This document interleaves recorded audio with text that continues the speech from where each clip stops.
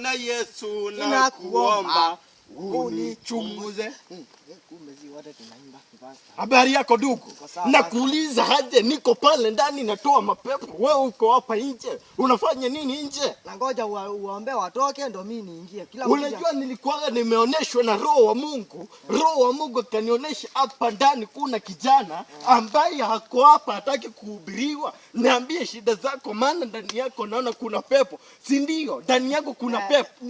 Ndio maana nilikuwa nakuja pastor uniombe. Kwa majina yangu unaitwa Pastor Katumbo, wewe unaitwa aje? Batimayo. Unaitwa Batimayo. Batimayo, hiyo pepo naiona iko hapa. Pepo iko wapi? Hapa. Pepo iko hapo. Nataka tukaweze kuitoa. Pepo tukaitoa. Unajua mapepo mengine ni mazito mazito.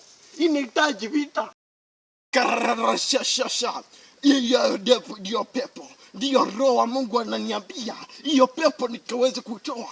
Baba kashasha. Twende. Arara. Papa.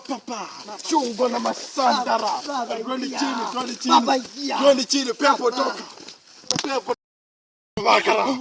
Pepo linatoka sasa. Pepo linatoka vita kama hiyo. Pepo toka baba. Shasha. Ra. Yesu wangu. Pepo sasa inatoka. Pepo inatoka kijana. Pepo